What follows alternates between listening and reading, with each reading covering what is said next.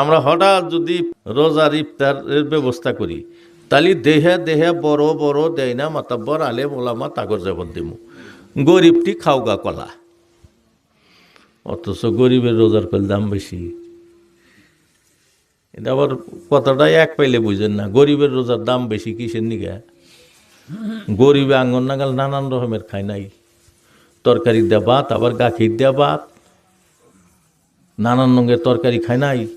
গরিবে সাধারণ চারটা ভাত খায় রোজা রাখছে। দনে ইফতার করতেছে খাই ঝোর মুড়ি বুন্দি বুট হসা কামরাঙ্গা বরই বিরিয়ানি জেলাফি দুনিয়ার তাতে ইফতার করতেছে। আর গরিব চারটা ফান্তা দে মাহায়া খা দা মসজিদে গেল কা।